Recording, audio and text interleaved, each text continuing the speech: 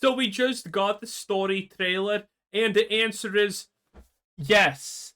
It's worse than we expected. It's gonna be dull, it's gonna be boring, it's gonna be predictable in so many ways. Honestly, it's a complete disaster.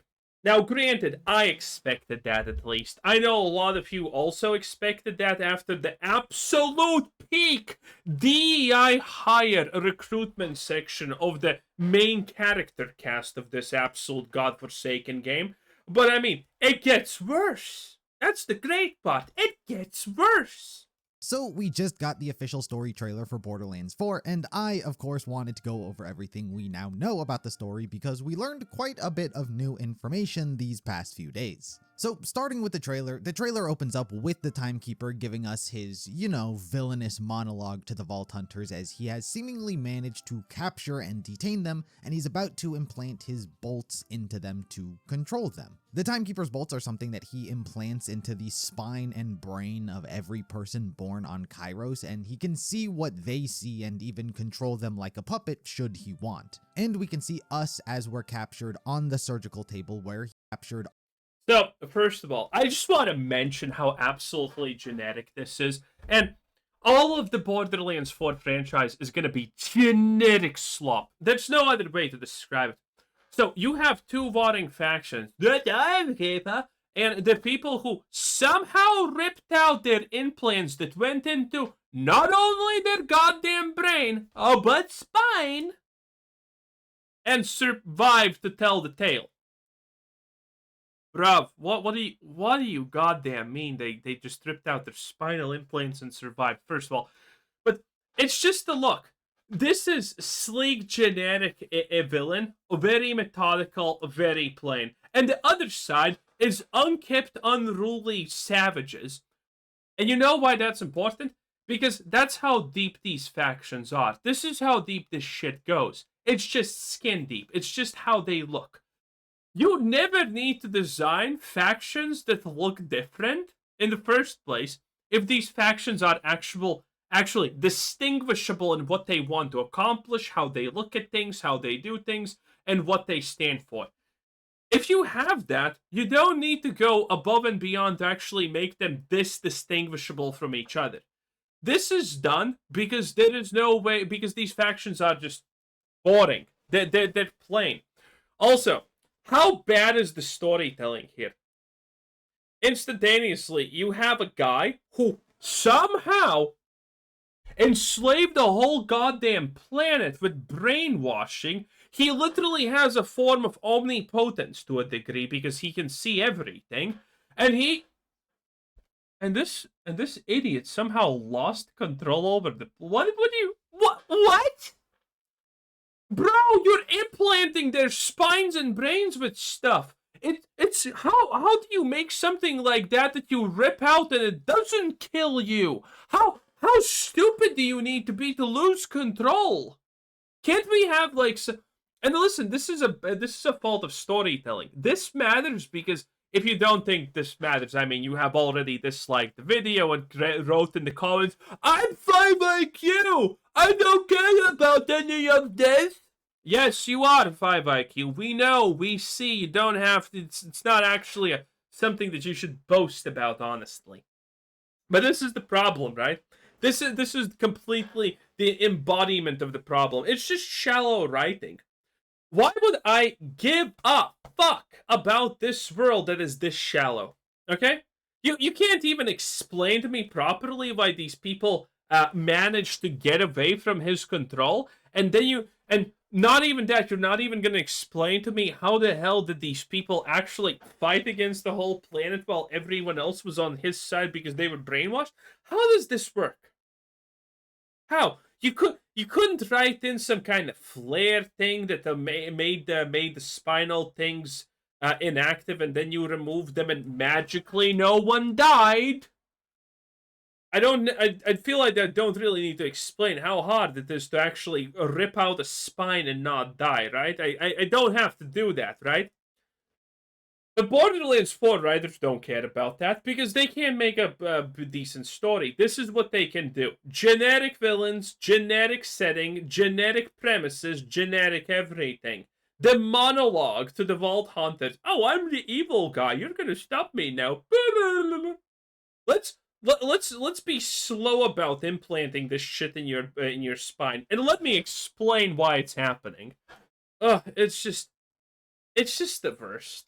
On the surgical table where he plans on bolting us. So this could easily be towards the beginning of the game, as it's used as a reason for our 4 new characters to stay actively involved in the story. Maybe we do get bolted and it gives reason to go against the Timekeeper, take him down for the sake of their own lives being on the line. Maybe even before they meet up with the Crimson Raiders. Or it could happen much later in the game, who knows. But as you would expect, it looks like the Timekeeper wants every single person on Kairos to be bolted, and that means all of the new characters who are coming to the planet. So we're probably going to see many psychos bolted, and maybe even civilians who were on Elpis also get bolted. We then get to see the other half of the conflict on Kairos, and that is with the Rippers, specifically just a shot of Callus. We also see a bit of Idolator, and that is with the Rippers, specifically just a shot of Callus. We also see a bit of Idolator Soul, who I briefly saw during my hands-on with the game. He gets his own little spotlight in the trailer. From the sound of it, he seems to have been exiled from the Timekeeper side, and he seeks to gain that back. I don't know if it's because he's going to play a bigger role in the story or what. He could perhaps just be his own independent faction, but considering just how early I saw him in the gameplay, God, I love when you look at this gameplay, you can already tell that the AI is just like below GTA 2, honestly. Take it he's more going to just be a first major boss in the story. We got a shot of one of the many new Vault monsters, as well as more shots of our Vault. Oh, look at that! Riri Williams! Is that you? That is Riri Williams. Oh, there she is! Riri! She should have had the ability to summon an Iron Man suit infused with demon magic. Oh, God. Shots of our Vault Hunters, and then we see Zane's reintroduction back into the story, reuniting with Amara. Reporting for duty, boss. We knew both of them were returning. We've the most masculine male female in the series. You got it. You got it, boss. Seen them multiple times throughout the trailers. We know Amara is taking a lot of initiative in this story, being a siren, as they're all. Of course she's taking a lot of initiative. She's a strong, independent woman that no need no man. Searching for Lilith. Zane is interesting because we have seen him in the gameplay that he has his own munition vending machines, kind of like Marcus, so he may be usurping a bit of that role in this game as well. We then get a shot of Claptrap, who's asking if he's met his savior, as we can see him throw a can at Rafa, who appears to have washed up. So I imagine this could easily be like First Contact. When you first land on the planet, maybe they crash landed and all of the trash washes up here, and it's just where Claptrap has made his base of operations. Because interestingly enough, going back to the gameplay testing, I mean, this is obviously the start, by the way, because welcome recruits. Do I need to put 2 and 2 together? Made his base of operations. Because interestingly enough, going back to the gameplay testing I got to experience, on top of the main story, we got to do a side story with Claptrap, and during it, it wasn't our first time meeting him. So that means you meet Claptrap very early into the game once again. Of course, it's not too shocking. It's kind of tradition at this point. In the side mission, he's separated from all of the Crimson Raiders, or So, how annoying do you think Claptrap is gonna be? Resistance, as they're now going by. Probably a rebranding now that they're under Ava's leadership. And Claptrap seemingly has crash landed onto the planet, so he's alone currently. Question is, how does Claptrap get here alone? Well, chances are he's not alone. Sanctuary 3 has probably crash landed somewhere on the planet, and some of the people on board have gotten separated. And I can imagine he just built himself this little headquarters as a shrine to Pandora in his off time. We then get to see more shots of enemies, the world, vehicles, you know, a bunch of things I wouldn't exactly have put into a story trailer. But then we get to see the NPCs and story characters. We get another shot of this woman who we saw in the Oh wow, okay, this is gonna be the defector of the side of the one part of the No One Cares squad. Deep dive get dragged away by the Order. I assume she could be doing something to disobey the Timekeeper, or she's plotting against them and she's being made an example out of. Or she's getting kidnapped and we gotta go rescue her. We get a shot If all of your people are brainwashed, why the hell would you ever make an example of anyone? Of someone trying to mug Moxie, and that's clearly not gonna go well for them. I feel like this is about to be very Marcus-like, only she's not going to shoot them in the leg. And then we get a shot of a character we've never seen before. I don't know if they serve the order, they probably do, but they look fucking good. This gives if Zero had an adversary type vibes. Like if this was a comic book, this would be Zero's villain. I pray that this is not This though does actually look good, I'm not gonna lie. just some random enemy. We get more shots of the NPCs that we've seen before, and then we get to see the Vault Hunters fighting against this giant vehicle. If I had to guess, this would be part of the story that gives explanation to the drill site events that are happening I mean, a giant tunnel border. Wow, who would have thought? all around Kairos. For whatever reason, the Rippers are wreaking havoc with drilling operations, and we seek to stop them. We don't know why yet, but this boss could be that explanation. Afterwards, we hear the Timekeeper ask why we get to be free. Why should you get to be free? All you do is destroy. And considering how the Timekeeper is about to be our first arguably vault monster that is very human and can communicate, the idea of being imprisoned in a vault would build up a level of spite and anger towards those who are free. It makes sense why. How about just being evil? Can we have just regular evil, please? Can we accept that evil exists in this world? Can we? I mean, I know it's a hard ask at this point, but I mean, we should, right? He'd be very controlling because he wants to have what he never got and take away what was taken from him, thus A penis? imprisoning this world. So a bit of Timekeeper motivation as well. There's another clip from a cutscene where By the way, that is... He doesn't even understand, okay? He doesn't even understand that that is, like, literally the worst motivation ever. Because, again, it's as this shallow. And because it's, by the way, that shallow, I believe this could be true. I believe this could actually be on point. where a guy is running towards a ship, but as he tries to get on, it explodes. I think we're seeing the Order or even the Rippers set traps because it is a war after all. But I am glad to see these shots with our Vault Hunters in the cutscenes. Like, we obviously knew it was going to be a thing by now, but still, every time it makes me happy knowing that we're getting to see them. And the trailer kind of just ends off with more shots of many of the other Vault monsters, just showing off that, yeah, there's gonna be a lot of them. So that was the trailer. It did give us some story setup, but strangely enough, we got 100 times more information on the FanFest live stream after the trailer ended and Randy Pitchford went on stage to tell us about the story. So here are some of the notable Could Randy Pitchford just not exist? Thank you. things he mentioned that I think are worthy of note. Firstly, he talks off about Kairos itself, and I'm gonna be honest, it's a strange picture that's being painted that I don't know what to think about, because he starts off by saying Kairos is a legendary planet, one that many believe is real. It supposedly holds more wealth, more power than all of the galaxies, and those who worship the vaults believe its true secret is immortality. In the Borderlands, Kairos is legendary. Many believe that... Okay. See, and again, this is just ass world building. This is just sad, okay? So he's like, oh, but we're not gonna flesh out anything in the games about this. We're just gonna kind of lore dump this shit now that this planet is like the biggest of big things ever.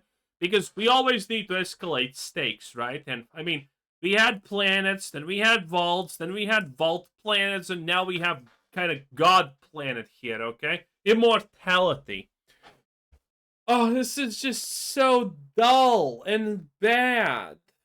the planet Kairos is real. That on the planet, there's vaults containing more wealth, more power than all the rest of the galaxy. Those who worship the vaults believe that Kairos' secret is immortality.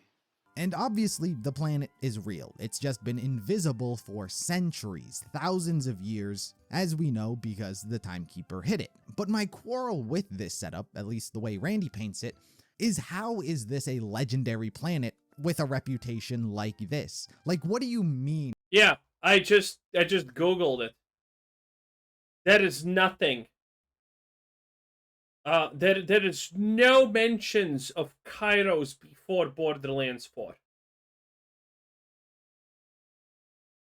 Yeah, Kairos is a completely new thing, and now they need to sell it as this amazing place that has all of this mystery shit. Okay, they're doing a poorer job at creating expansion than goddamn Bethesda with Starfield. That is hard. I'm sorry, but Borderlands is gonna be an easy 1 out of 10. Many people believe it's real. It's been hidden for thousands of years, and keep in mind, Typhon de Leon was the first vault hunter. He was the first person to find a vault, at least in modern history. And that was about like 24 years before the events of the first game. At this point, it's been like 40, but still, what do you mean this is a legendary planet? Vaults went from like a myth that no one can prove to there's a planet with a reputation that holds all of the vaults and the secret key to immortality. Like, it should be a planet. You see what I mean? How fucking bad this is when I don't even need to spell it out and someone else figures it? Oh my god, Borderlands 4 is just such a sad mess. That no one has ever heard of who's not on Kairos. So if I hear Tannis drop oh, I've heard of it, I'm a tweak. It's one thing for the people of Kairos to have their own speculation about the Timekeeper and his immortality and whatnot, but the way it was phrased made me raise an eyebrow a bit. But that was really... I mean, when your lore is complete garbage, that doesn't actually raise my eyebrows. The only part. All of the other information was very fascinating. Like, apparently, the vaults are what give the Timekeeper his immortality. I don't know in what sense, but some of the vaults do look different, almost as if they weren't created by the Iridians, but perhaps the Timekeeper himself. It makes sense why there would be so many more vaults comparatively if the Timekeeper is creating some. We also learn more about the Timekeeper and how he controls the planet via bolts. I already kind of just used... How many games and expansions are we away from them just being like, okay, desperation moves, we're bringing back Handsome Jack? This information before in the video, but I'll repeat it. But every time someone is born, they are implanted with a bolt, which gives him the ability to see what they see, and he can take over their body entirely and control them like a puppet should he want. So undoubtedly that is going to play a role. So you just gotta look out for which characters we interact with that have a bolt in them. What felt like a much bigger statement that seemed to get kind of glossed over was the implication that Lilith was drawn to Kairos because of her siren connection. And maybe it was luck. Oh my god, can we just ignore all of the siren lore at this point? It's bad. All of the siren lore is bad. It's bad. Let's just fucking call it space magic and forget that there's lore behind it. It's just a bunch of women fucking tweaking a little bit too hard, okay? How about that? God, all of the siren lore is just ass. Or chance. Or maybe it was destiny assured by the nature of sirens and the connection they have with the powers of the universe. Whatever the case. Bro's there on the stage trying to be absolutely profound, speaking about stuff like anyone else knows what he's talking about. Literally a goddamn madman. Lilith moved to the moon of Elpis, and she had no idea where it was going.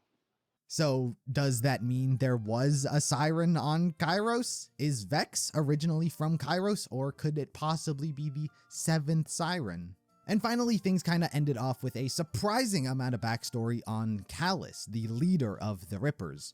So apparently, well, of course, because she's a woman. She was the person we saw in the original reveal trailer. So apparently she was just an average woman living amongst the workers and farmers of Kairos when Elpis... Of course she was. She literally just one day Jeanne d'Arc the shit out of the planet. Crashed through the veil in what became known as the Cataclysm. For everyone on Kairos, it was the first time they saw anything outside of their own existence, proof that there was something else out there. And during... What does it matter considering everyone's a slave? The Cataclysm, psychomasks rained down from above and one landed right in front of her. She picked it up and saw the vault symbol and viewed it as a symbol of freedom. So she ripped out her bolt and brought... Bro, how can you even... How does any of this make sense? You see what I mean? Liberty to Kairos. She began freeing others from their bolts as well, some by force, others she convinced, but they all rallied to her side. So there's this magical mind washing thing that mind washes you, as the name implies. Oh, look at that, a meteor shower. It landed, it did nothing. Oh, I'm free now. Great lore, Randy. To oppose the Timekeeper and his order. Personally, I'm shocked we got so much of her backstory from this presentation. It makes me wonder Listen, I hope that's the only backstory we get. why the Rippers are even an antagonistic force. Bro, why did the Rippers look like they were fucking homeless?